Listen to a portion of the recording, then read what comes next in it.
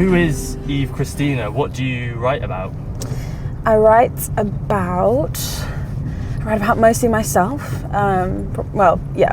Always myself pretty much. And then whenever I try and write about someone else, or if I'm inspired by a film or a book or something, I feel like it, even in those situations, it always ends up being in some way about me. I find it hard to not relate things back to my own life. People, relationships, aging. I feel like I'm kind of getting better at that, but I used to have a really big obsession with aging and growing up and coming to terms with not being a child. But I feel like hopefully I've got that out of my system. As we're driving, I was just curious, what kind of music do you actually like driving to? That's a good question. My car is very basic and old, so I don't have Bluetooth and the aux cable doesn't work, so I have no choice but to listen to either the radio or CDs.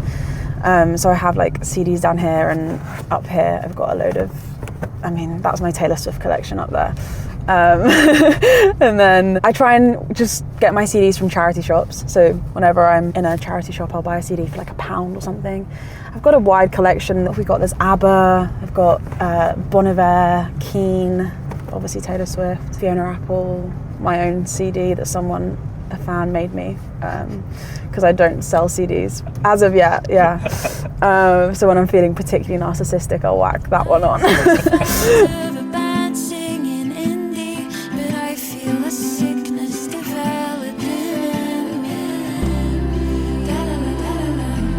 I've personally not been here before, but I was wondering why we've come here even in the first place. There's a bench to our right that I've sat on many an hour and watched the sunset over there and thought about things for too long, and just let the thoughts. Good thoughts, bad thoughts? Both. If I felt like I needed to run away from the thoughts, I would come here. Obviously, you've just had your latest, it was 2024 now, but your most current EP, Call Me Baby. Mm-hmm. Was this a spot where a lot of inspiration for it might have come from? Were you writing a lot here for that? Yeah, I definitely have written stuff here before. One song in particular on that EP is called Forever, and that's about the feeling of not wanting to grow up and leave your hometown.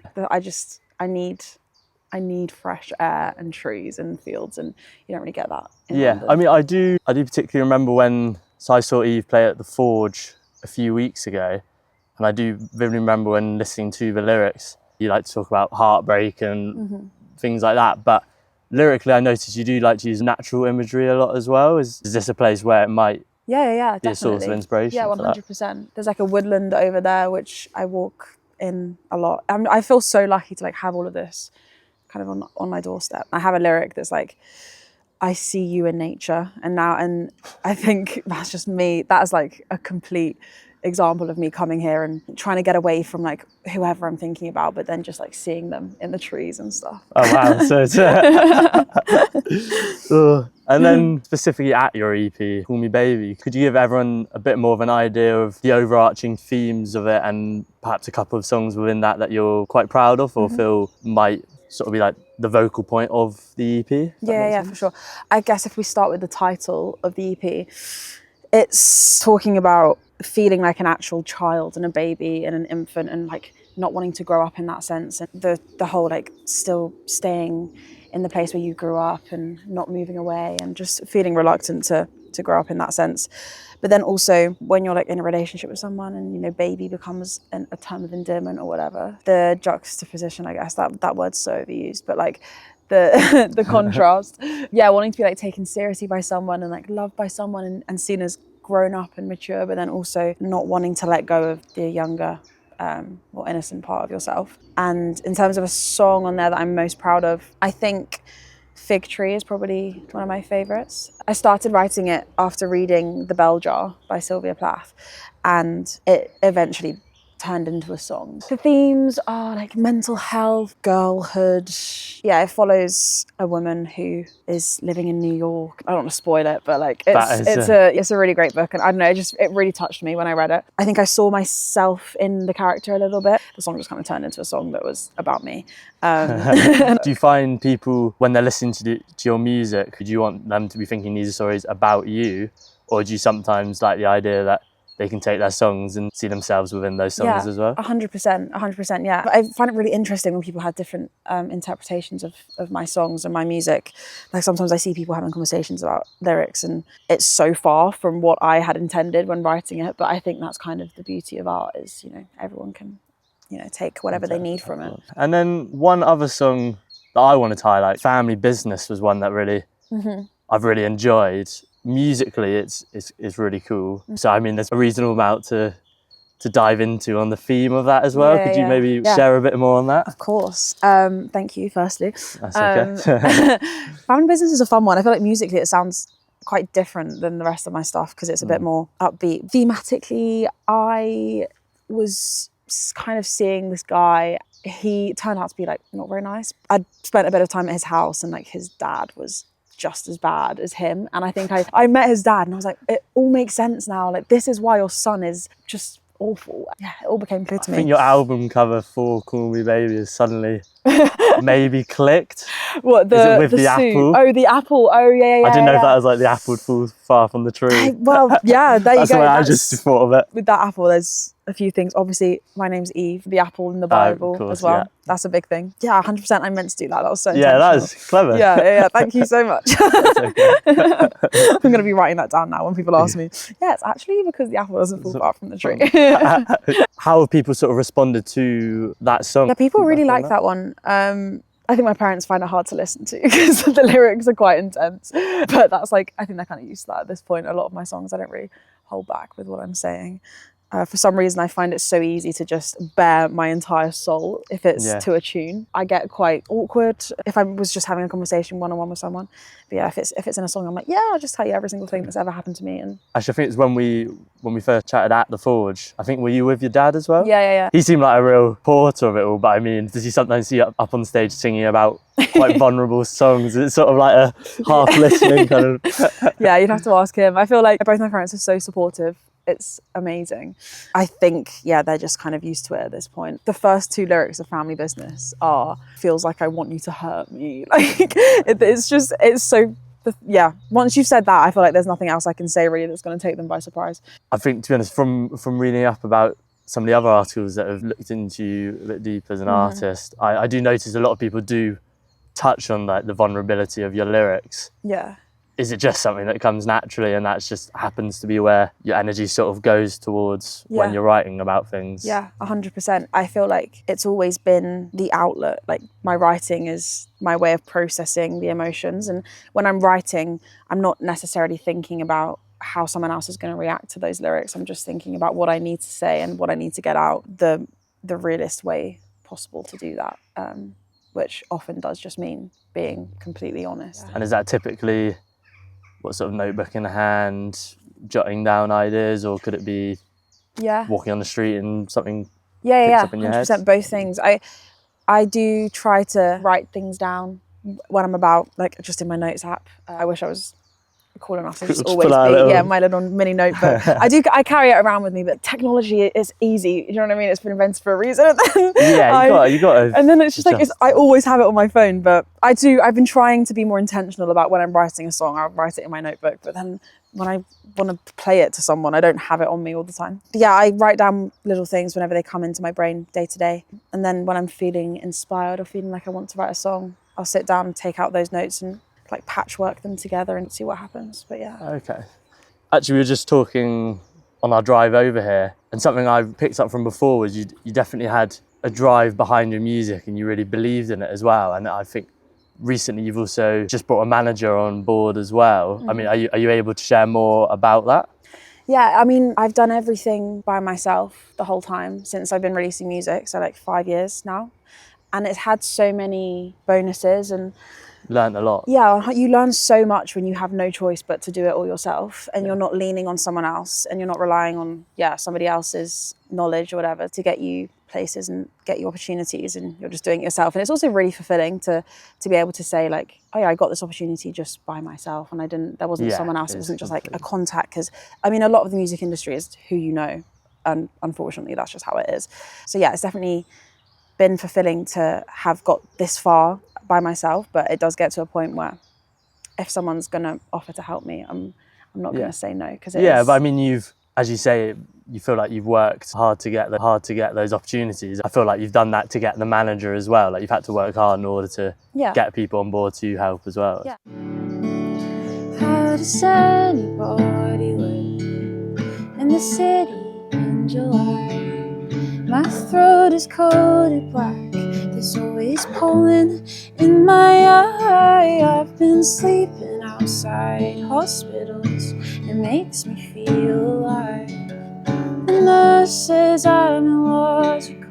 Try breathing 4 out 5.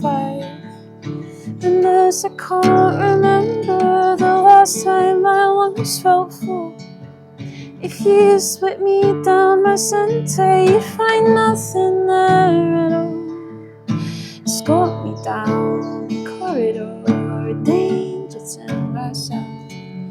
I said I don't need to live. The girl I love loves someone else.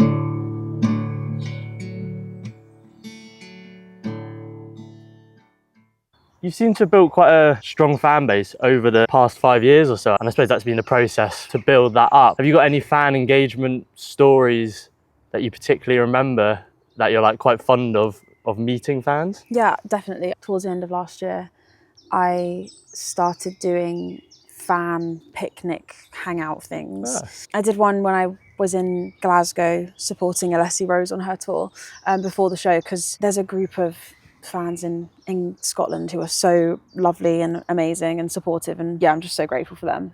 So I really wanted to meet them whilst I was up there.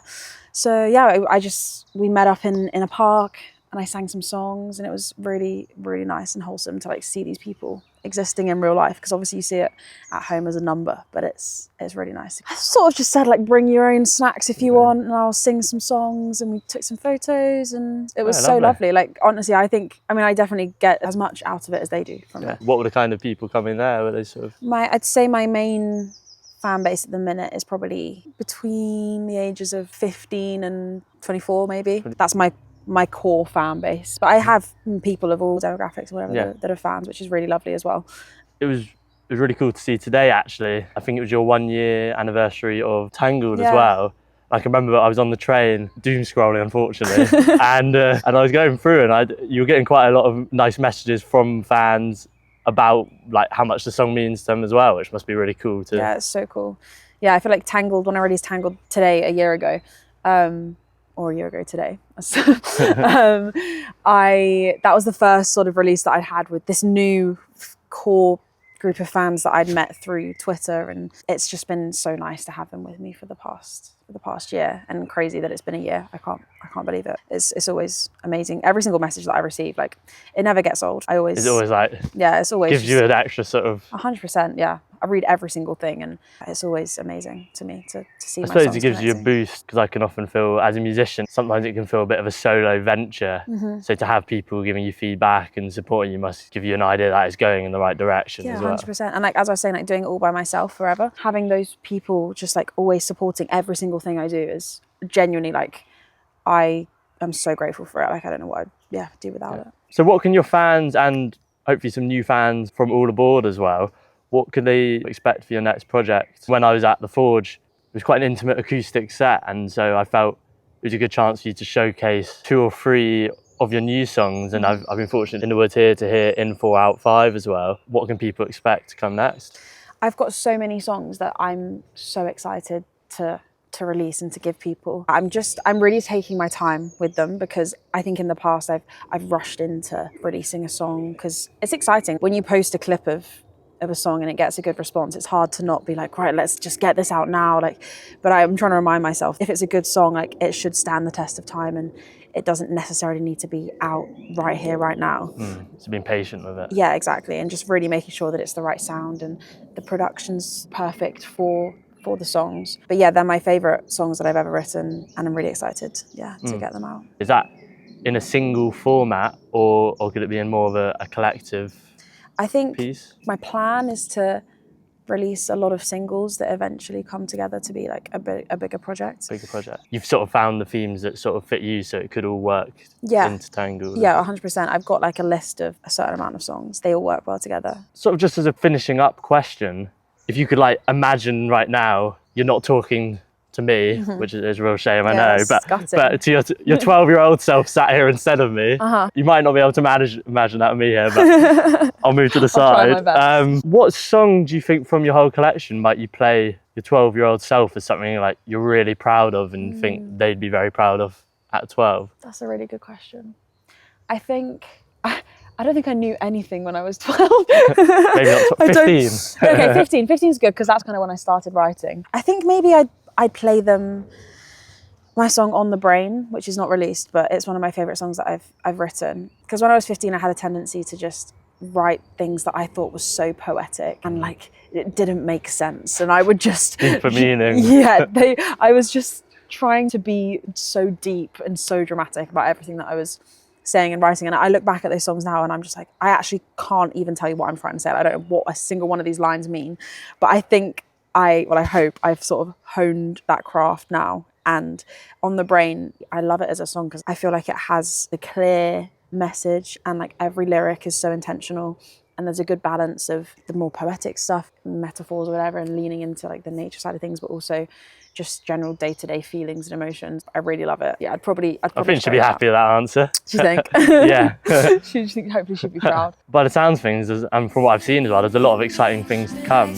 You know, everyone are all aboard, and hopefully for your fans who watch this as well, everyone stay tuned because there's a lot more music coming. So thanks for being all aboard, and Eve Christina. Thanks for having me. Thank you very much.